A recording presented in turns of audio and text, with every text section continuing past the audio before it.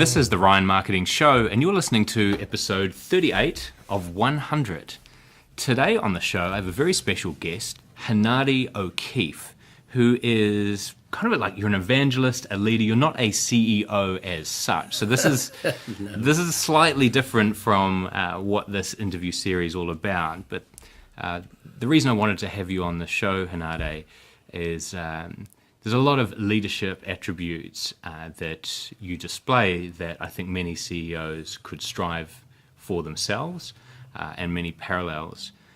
But first, let's take a step back and tell me a little bit about what you've done over the past 10 or 20 years, and what you've been involved with, and why that's important to you. That's a very good 40-year question, that. Yeah. We don't shy away from the hard questions. No. I guess it's been a sojourn of evangelical proportions, I would put it. And it's littered intentionally with not so much leadership, but servanthood, and serving those who haven't got the ability to serve you back. So I kind of pride myself on that approach. So it's about capturing the hearts and minds and souls, and the bricks and mortar, etc., tend to follow. In other words, I believe in the adage that relationships are the currency of the future. And so that's really what it's been about, and whatever I put my hand to has been littered with that. I'm waking up in the morning and I'm going to serve. I'm looking for an opportunity to do good. And that's not an exaggeration or an overstatement. I truly believe, as does my wife, that we've been put on this earth to serve. That's our sole purpose. And whatever comes about as a result of that, it's a bonus. And we just finished talking about the crucible. In other words, severe tests. That's been a part of the package as well. So we've forsaken all material belongings. We don't own anything. That's been deliberate on our part. So if we have the inclination to go to India or wherever, we can just up and go. We have no commitments as such, and what little we have, we'll give it away. So it's been a deliberate ploy on our part, and it's been hugely rewarding in terms of the kickbacks, in terms of the relationships. And without those relationships, it would be nigh on impossible to achieve what we've achieved. So on the relationship side of it, you say relationships are the currency of the future. Yeah. Looking back, relationships have been a big part of, you've almost stepped in where some children need that relationship with a mother or father, or at least a mentor figure. Yeah. When those haven't been around. How important is that family unit, whether it's the maternal, paternal, or having someone to look at? How important is that to a community? Oh, it's absolutely vital. I'd take it a step further. I would suggest that the home, we're talking about the home, the family, it's the alpha and omega. That's where it starts, that's where it finishes. Fix the home, for want of a better description, and you fix the community. So it's vitally important. More and more, and I'm not saying this is the opinion of the general populace, but more and more the matrimonial constitution is being put to one side. And I'm a total believer in that, because it shows commitment. It shows commitment to your partner. You've committed your love, your worldly possessions, your body, your heart, your soul, and your mind. And that's what that means to me. It's like a covenant between two people. And that's almost being disintegrated on a daily basis. So, and that's the foundation. That's the absolute core and foundation of for the children and their children's children. That's my opinion. And so, in my opinion, we need to restore that into the home. And there are still those that do a damn great job as solo parents who have not endorsed the matrimonial constitution and still turn out pretty good citizens. But at the end of the day, it's disintegrating. That hardcore, solid family unit. And I don't know what the stats are, but they're quite shocking. I would suggest if you look into the stats in terms of how many homes. Well, they're quite high in Hawke's Bay. So Yeah. Hawke's Bay has around 21% solo parents. Right. And then some areas like Flaxmere, it's higher. It's around 40%, just looking on the Hastings District Council Yeah. side.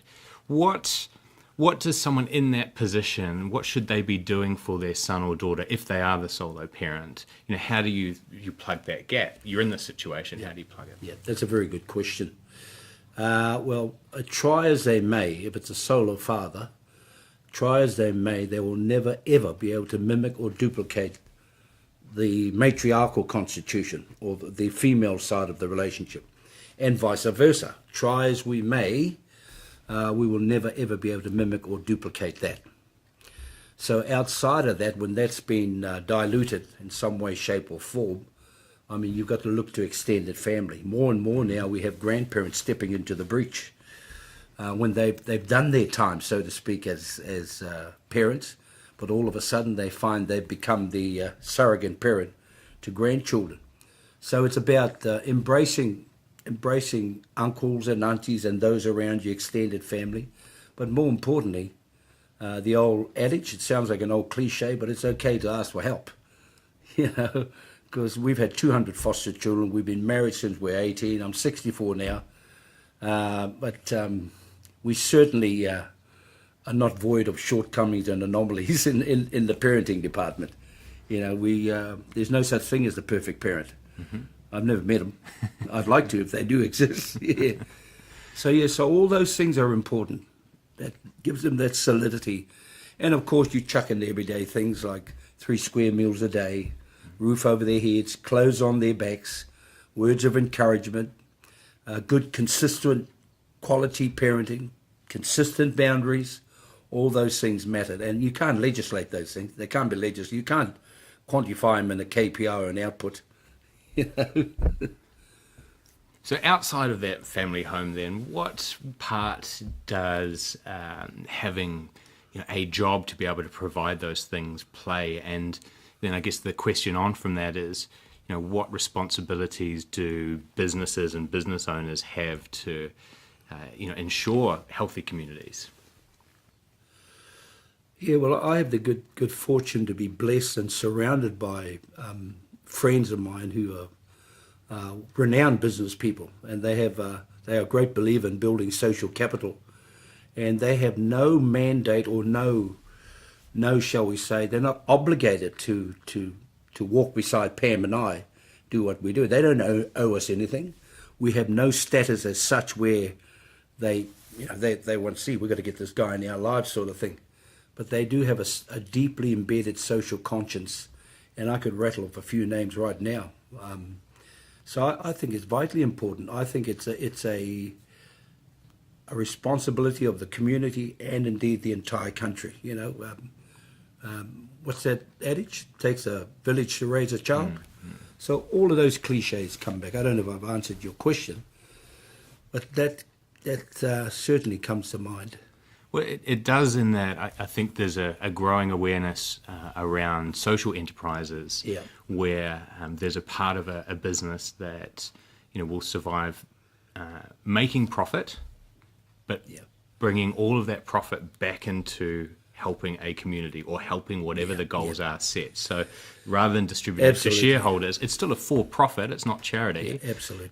But that's redistributed in alignment with the values of the business. Yeah, no, I totally go along with it. I mean, when I think of corporates, et cetera, that are making billions of dollars in profit and paying very little tax,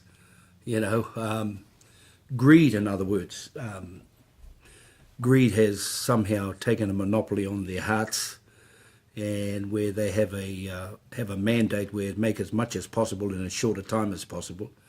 But if they would only realise, in my opinion anyway, the more you give back, the more you receive. That's certainly been the case where Pam and I are concerned, but give with an open and give without expectation or want of reward. So that's been our adage. But I think it's about changing the habits of a lifetime, and it's about It's about it will take a change of evangelical proportions, I would suggest, in order to turn the hearts and minds towards what we deem to be the right thing to do. And you mentioned that you've got supporters in the business community who already are aligned to that way of doing business.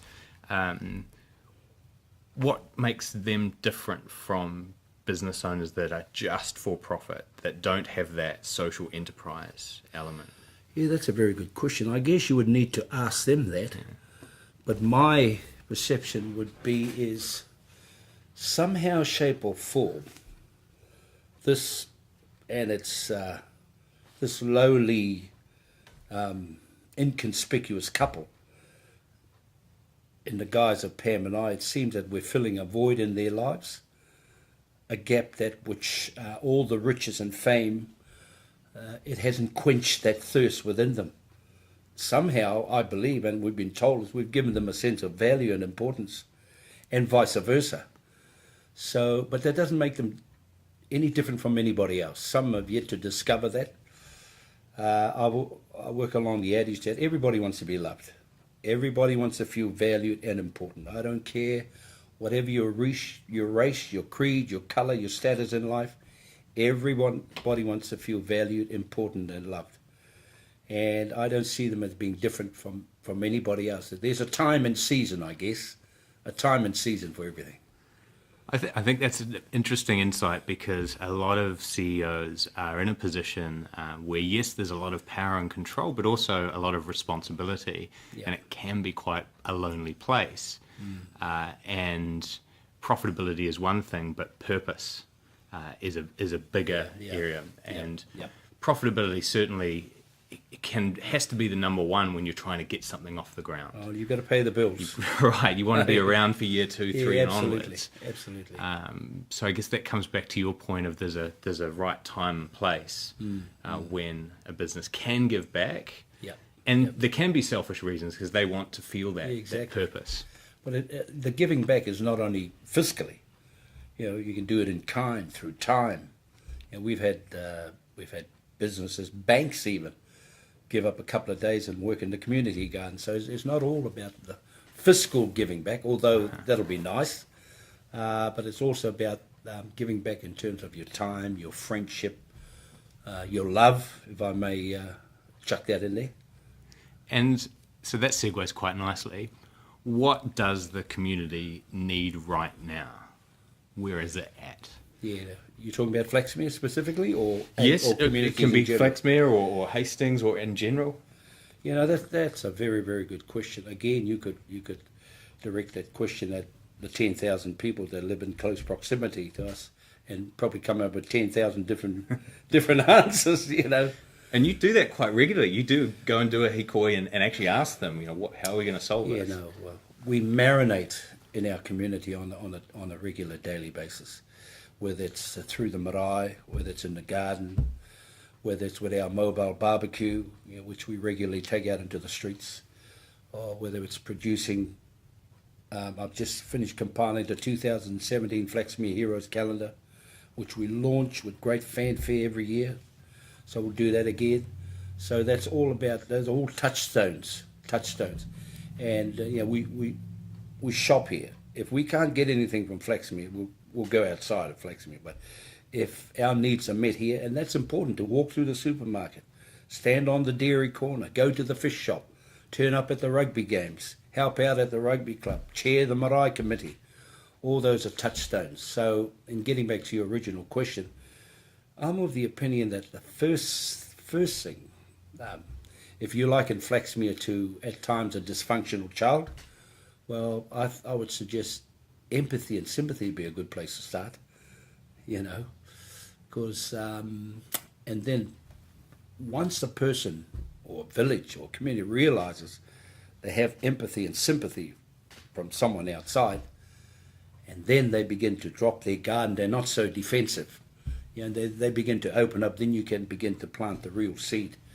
So that's as good a place as any to start. And then that's followed by understanding and patience and tolerance. But I've always said that what I like most about the people of Flaxmere, there are many things, is that they stab you from the front. You know? They don't care where it is, you know. And I've also said that it's actually more difficult to get out of their hearts than it is to get in. But it's a very, very powerful place to be. So all of those things, man, it's no different from you and I.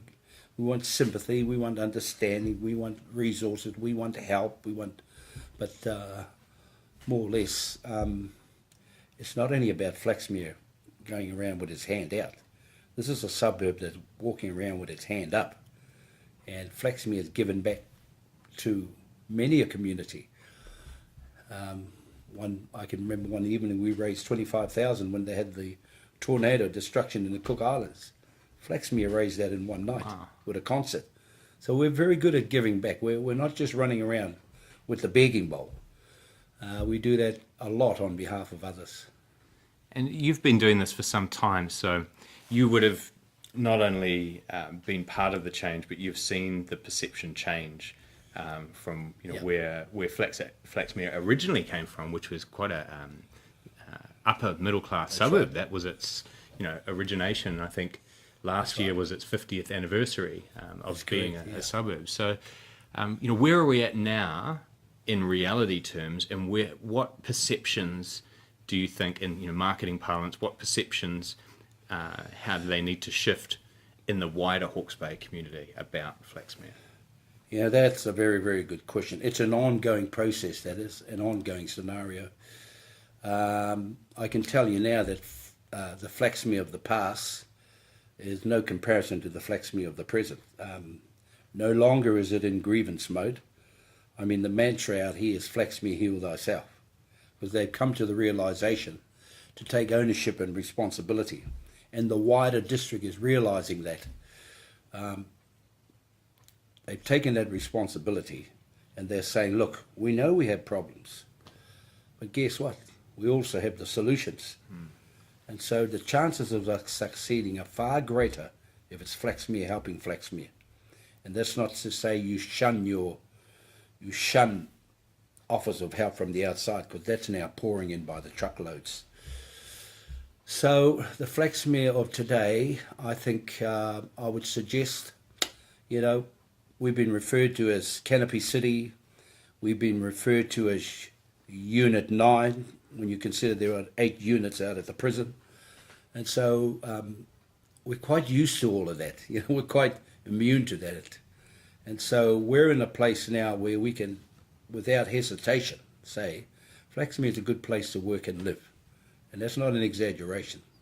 If you take a look at some of our newly developed areas, people are moving in there from outside the area. Mm-hmm. And so that's an indication that we're heading in the right direction. We're certainly not perfect by any stretch of the imagination, but then who is? But I just repeat what I've just said. The Flaxmere of the past is dead and gone. On occasions, it kind of pops its head up on occasions, but the good stuff that's happening, that's unfolding, has the inclination to suppress that or heal it or restore it, whatever the word may be. And that's interesting, because as a marketer, I'm always looking for data to back up what's actually happening. Yeah.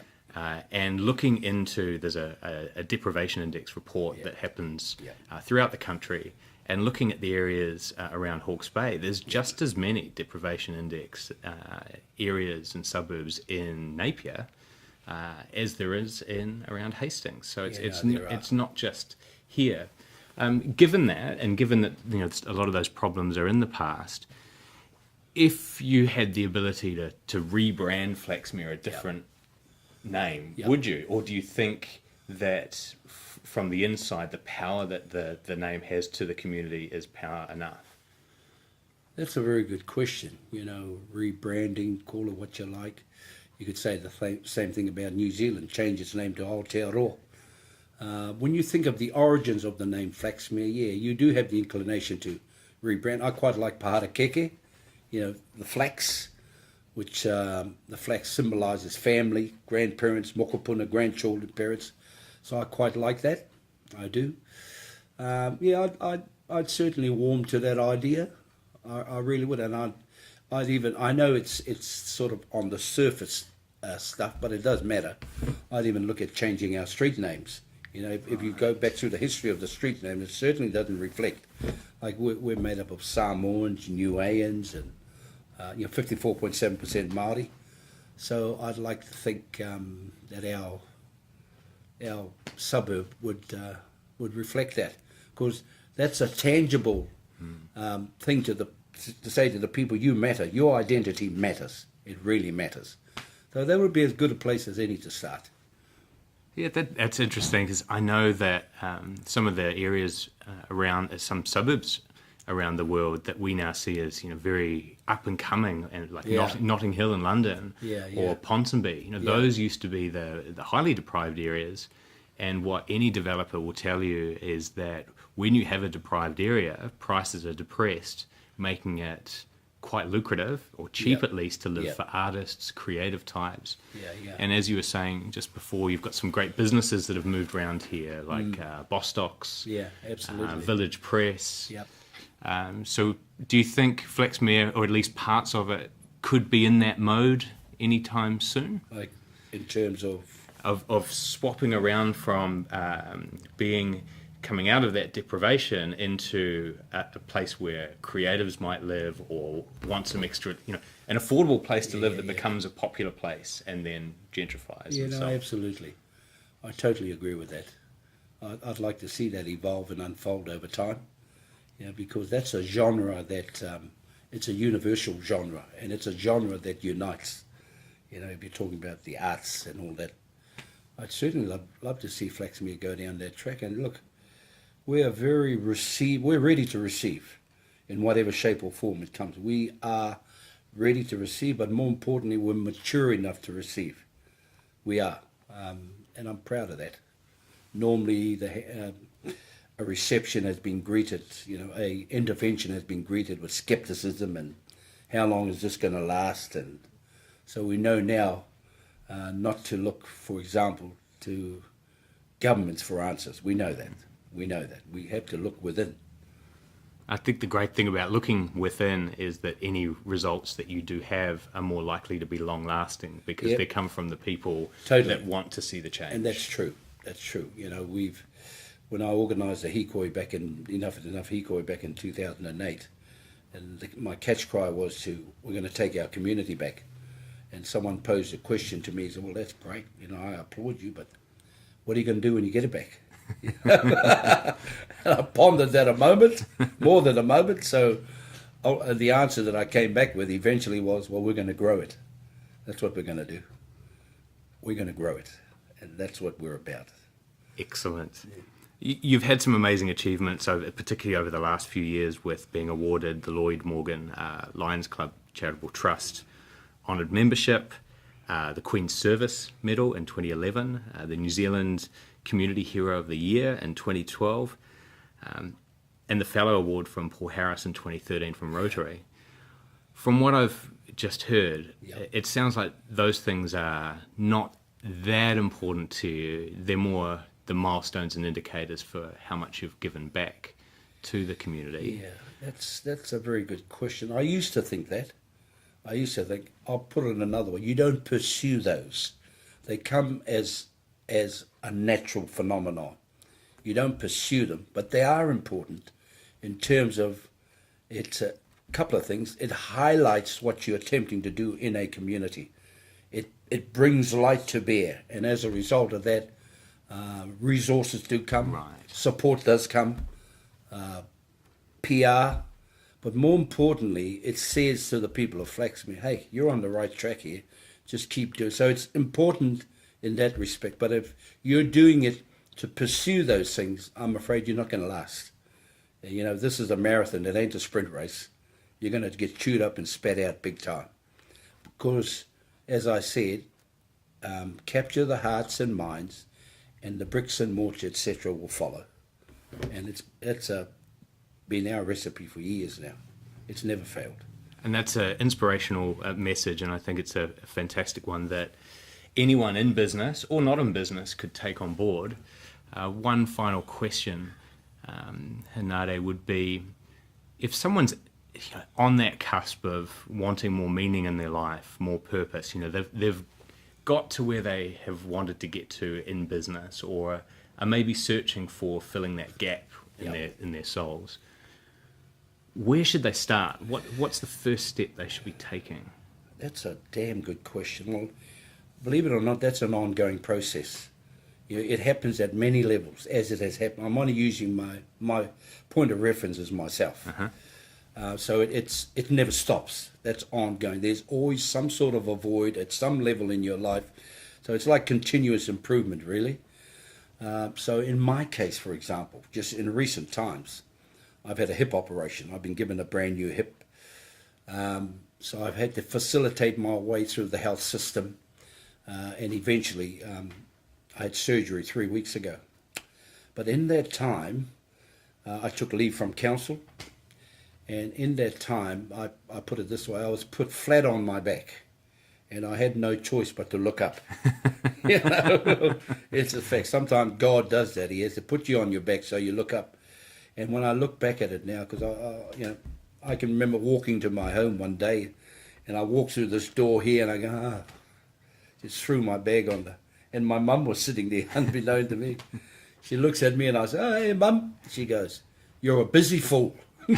That's what she said. "You're a busy fool." And so I was becoming a busy fool. But what this hip did, it just brought me to a standstill, because I wouldn't have done it willingly.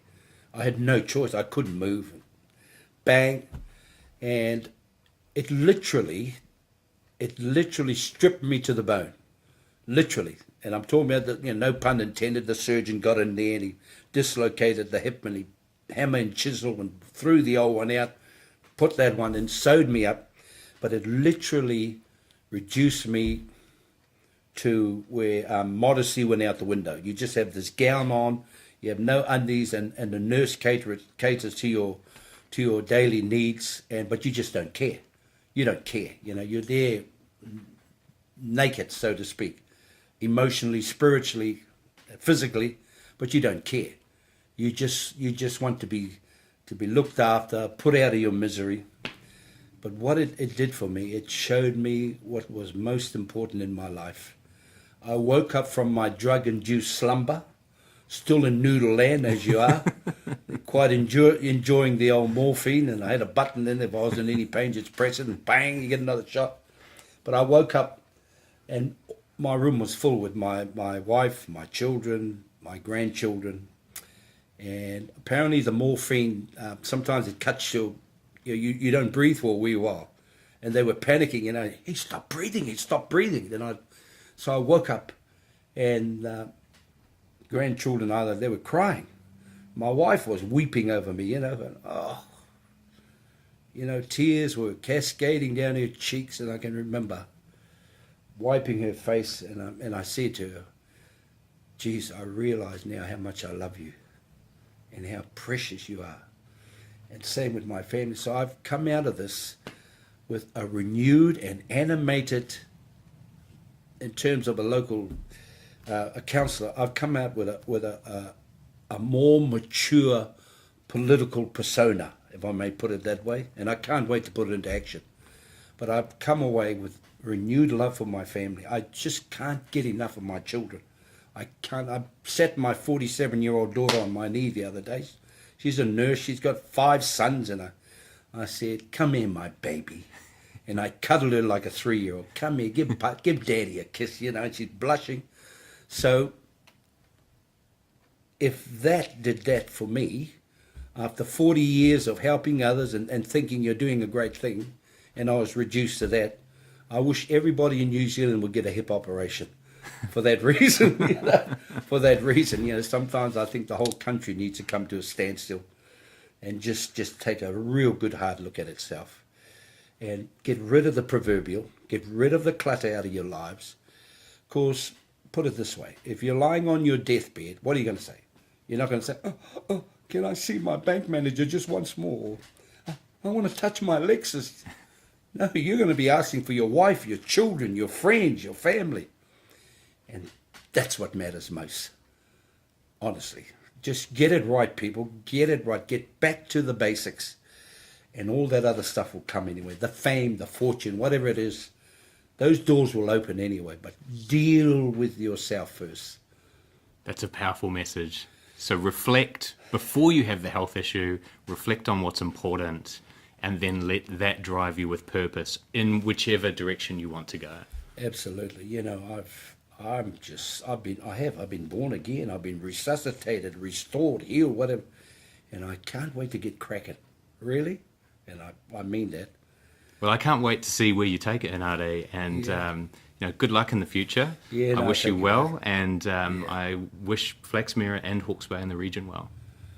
And look, I've been interviewed a zillion times, but the questions you've asked, they're questions of substance. They were wise, they were considered, but more importantly, it gave me the opportunity to give back, and there's a bit of skill required in that.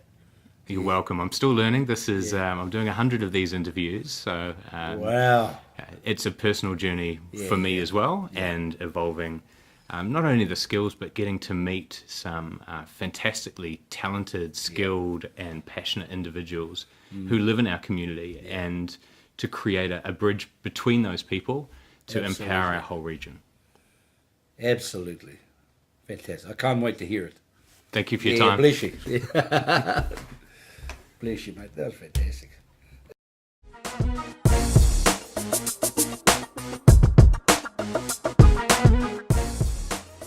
If you like this episode, remember to subscribe for free on iTunes. Simply search for The Ryan Marketing Show in the iTunes Store.